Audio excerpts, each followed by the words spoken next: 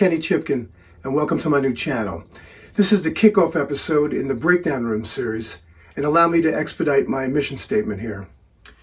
This is a unique place on YouTube where you want to come to not only learn it right, for dead-on accuracy to a guitar player's style and approach, plus a deep dive into demystifying the music theory within every lick and chord, but also to give our attention to studying key players across the board of genres and their lineage in music history, highlighting their importance and giving it up to them, paying it forward with an homage to their brilliant contributions to the music that we love. That said, I'm stoked and feel honored to begin with Best John Frusciante Guitar Parts from Blood Sugar Sex Magik by the one and only The Power of Equality.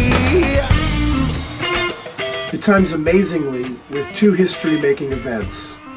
The eminent 30th anniversary of Blood Sugar from 1991, and even better is that John Frusciante just recently rejoined the band after 10 years of obscurity, having quit for a second time in 2009. Frusciante was 20 years old when Blood Sugar was recorded, which is absolutely nuts considering the depth and range of musicianship he brought to the music. His part playing and writing and arranging chops were solid as all hell, with wisdom far beyond his age.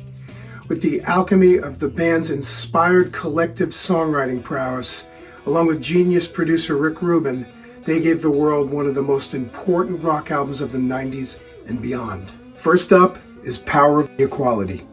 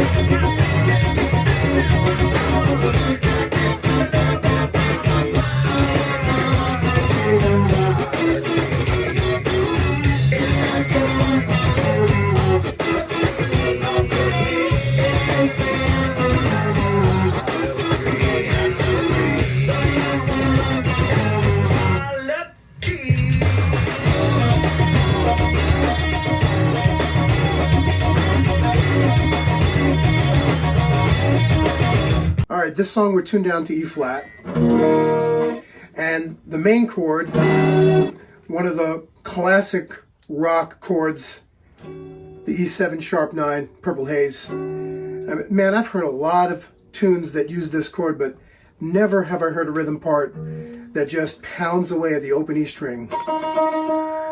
Cheers, John. A lot of balls to do that. Check him out. You don't like it, get along, say what I want, do what I can, get to the message of the Ku Klux Klan. The rhythm section does stops in the verses. On the first one, the E string is just all by itself. And then the next time, it stops with the rhythm section.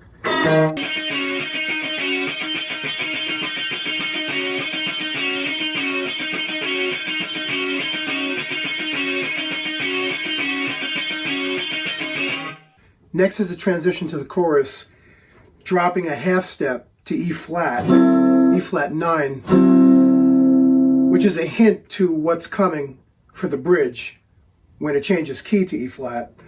But they're just using it to transition to the chorus changes, which are more or less D to G. You could think of it as D7 to G7. That's what it's based off of. We got octaves here that you have to be careful with muting, with left hand muting. We've got D, you know, on the 5th and 3rd string, we got D down to C. And you want to be real careful with muting your low E and the high strings under your pinky. or your third finger, however you decide to play this. And notice the quick jump from, you got to be careful to get that in time. First time up here in 10th position, just a minor pentatonic kind of a lick. Right? Just based on D minor pentatonic. But he'll throw in this B, which is part of the G triad, sitting right here on the 12th fret. And first time it's, second time it's more of like a Hendrix kind of a lick. Really amazing to me how Frusciante, especially being 20 years old at the time, had so much restraint and just resisted all the temptation to overplay these kind of parts. And he just played the same part. You know, in the chorus, he played the same rhythm part all 3 times. And that is just really solid musicianship. All right, second chorus, he just plays the same part he did the first time. So let's just skip to the end of the chorus, second chorus, and go into the bridge.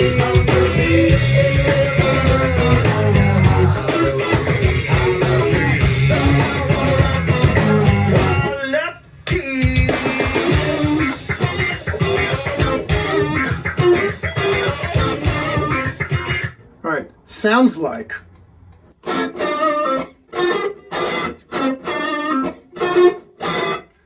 But I have some news. On further investigation and going in deep, I definitely hear an open G string here. An open G in standard tuning.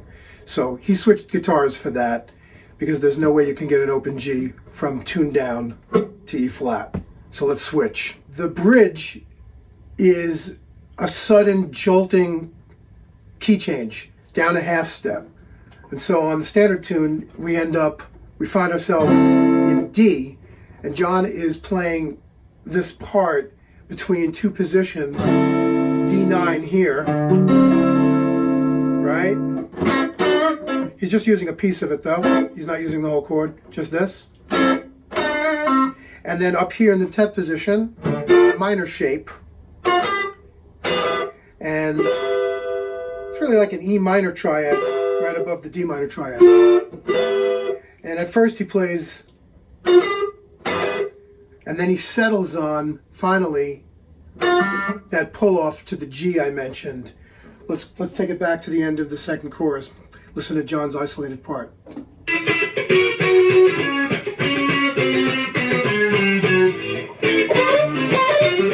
You can hear that open G string pull off there.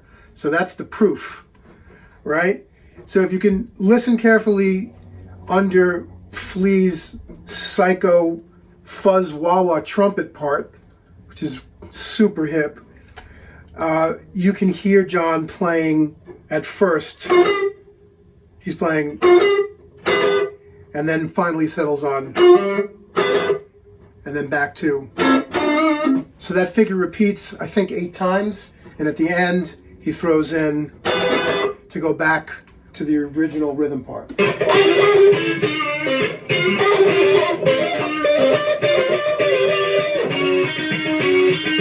But remember, we're a half step high now.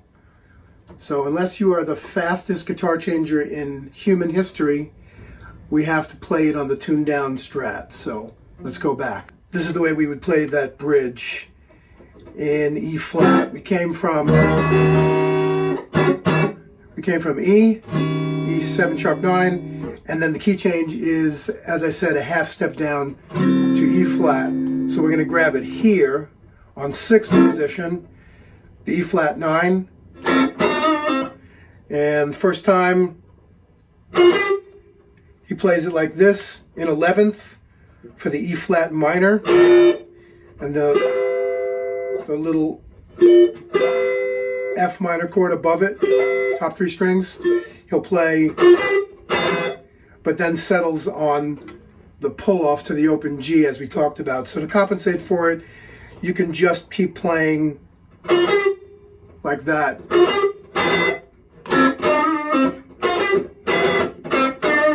what I would do. And then he ends with, coming out of the bridge into the third verse.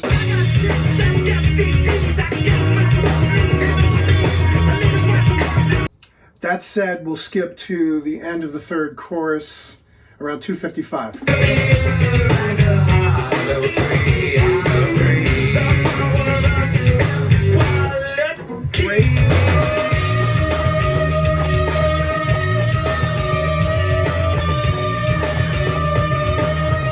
All right, I'm just trying to simulate the backwards guitar there, but same rhythm part right through. End of that verse, about 3:36, right before Flea's bass breakdown. Then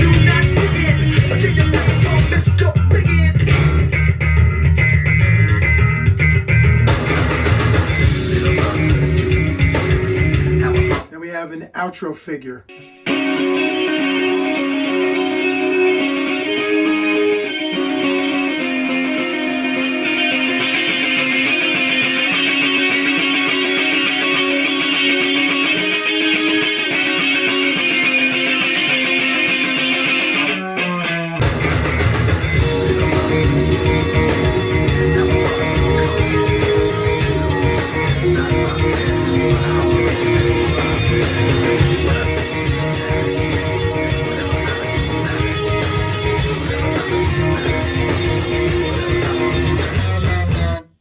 Okay, this really cool outro figure is a wide open E minor tonality with Flea just holding it down with, and Frusciante's playing these chords. We got E minor 7 on the 12th fret, got the 7th, the minor 3rd, 5th, and root. The open B and E strings are going to be pedaling throughout this whole figure. And I'm holding it like this to be sure that they ring.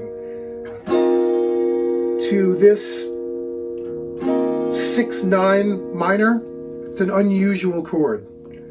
There's no 3rd in this, but we're in an E minor tonality, so it's got a 6th, C sharp, F sharp, 9th, so hence 6-9, and the pedal keeps going up to this dyad, which is just a sus.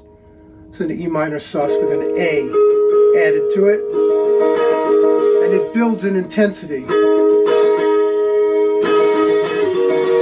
He's hitting harder to the surprise ending on G down to F, which kind of very unresolved, because they could have gone here, but they just went, and that wraps it. Whatever happened to humanity? Thank you all. Good night. Be good to each other. Have a nice ride home. If you're interested in private Skype study to take anything on this channel to the next level, reach out to kennychipkinmusic@gmail.com. And hey, if you feel like you connected with this and you got something from it, please do like and subscribe, follow me on Instagram, and also if you care enough to support this channel, consider joining the KC Music Group, which will greatly assist my endeavor to creating many more free videos for you. Ciao, be well.